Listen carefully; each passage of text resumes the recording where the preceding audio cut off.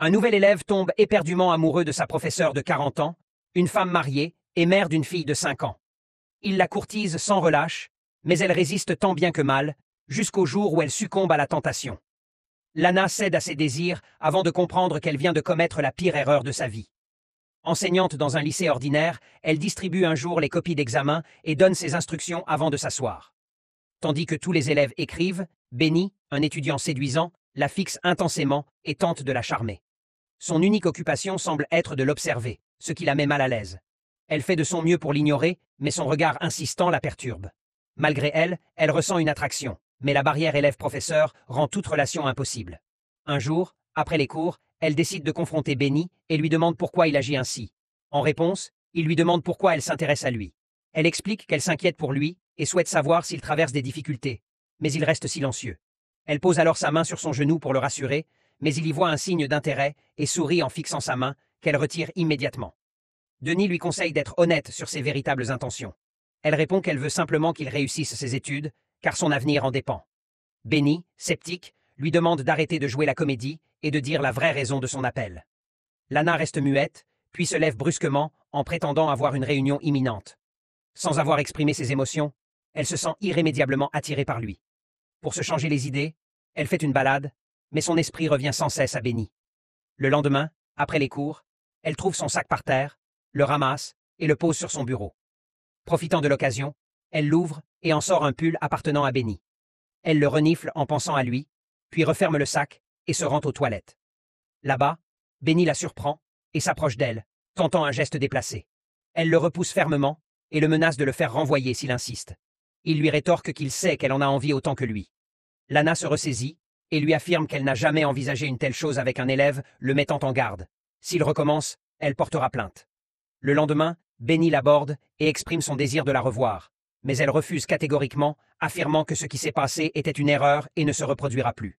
Elle hausse la voix et exige qu'il cesse de la harceler. Plus tard, en rejoignant sa voiture sur le parking, elle remarque que son rétroviseur est cassé. Elle soupçonne Benny d'être responsable, mais faute de preuves, elle n'entreprend aucune action et rentre chez elle. Son mari, Wade, remarque l'état de la voiture et l'interroge. Elle prétend qu'elle a heurté un poteau, mais son mari semble douter de son explication. Restant méfiant, il met fin à la conversation. Le lendemain, Lana demande à ses élèves de rédiger une lettre de motivation. Benny lève la main et insinue qu'elle a obtenu son poste grâce à des faveurs. Sa remarque déclenche les rires moqueurs des élèves, ce qui irrite profondément Lana. Furieuse, elle menace Benny de le signaler à la direction, mais il l'ignore et lui adresse un geste obscène, accompagné d'insultes.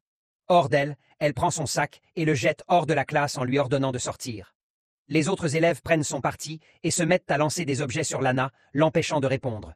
Submergée par la frustration, elle quitte précipitamment la classe et rentre chez elle. Plus tard, alors qu'elle aide sa fille à faire ses devoirs, son téléphone sonne à plusieurs reprises, mais personne ne répond. Elle suspecte immédiatement Benny d'être à l'origine de ces appels. Le lendemain matin, en arrivant à l'école, elle le voit déjà installé dans la salle de classe, ce qui la met très mal à l'aise. Incapable de supporter la situation, elle prétexte un malaise et quitte l'établissement pour aller se ressourcer près d'un lac. Son mari, remarquant son trouble, lui demande si quelque chose ne va pas, mais elle ment en prétendant que tout va bien. Le lendemain, elle sèche à nouveau les cours et visite un musée pour se changer les idées. Cependant, elle se rend compte que Benny la suit partout. Malgré ses efforts pour l'éviter, il la confronte dans l'ascenseur du musée et lui demande de revenir à l'école. Incapable de lui résister, elle succombe et échange un baiser passionné avec lui. Cette nuit-là, Lana est tentée par un cauchemar où elle se noie sous les regards impuissants de sa famille. Le matin suivant, elle part faire son jogging, déterminée à mettre un terme à cette relation. Se sentant coupable d'avoir trompé son mari, elle élabore un plan pour se débarrasser de Benny. Elle vole les copies d'examen et les cache dans son manteau à l'école, profitant de son absence au déjeuner. Son stratagème fonctionne et Benny est renvoyé de l'établissement pour tricherie. Pourtant, malgré son succès, Lana ne cesse de penser à lui et commence à regretter son geste. Elle se surprend à rêver de lui et à revivre leurs instants passés ensemble. Un jour, alors qu'elle achète un cadeau pour sa fille dans une librairie, cette dernière disparaît soudainement. Affolée, elle alerte la police et consulte les enregistrements de vidéosurveillance. En visionnant les images, elle découvre avec horreur que Benny était présent et suivait sa fille à l'extérieur. Paniquée, elle craint le pire. Heureusement, elle reçoit un appel l'informant que sa fille est rentrée saine et sauve. Plus tard dans la nuit, alors qu'elle dort, elle sent une présence dans sa maison. Terrorisée, elle pense immédiatement à Benny. Les bruits de la porte qui s'ouvre et se ferme sous l'effet du vent amplifient sa peur. Bien qu'elle tente de se rassurer, elle ne peut s'empêcher de rêver de lui. Dans ses songes, elle vit toutes ses fantasmes avec lui, mais la peur la ronge. Finalement, elle prend une décision radicale. Elle monte dans sa voiture et suit Benny dans un quartier isolé.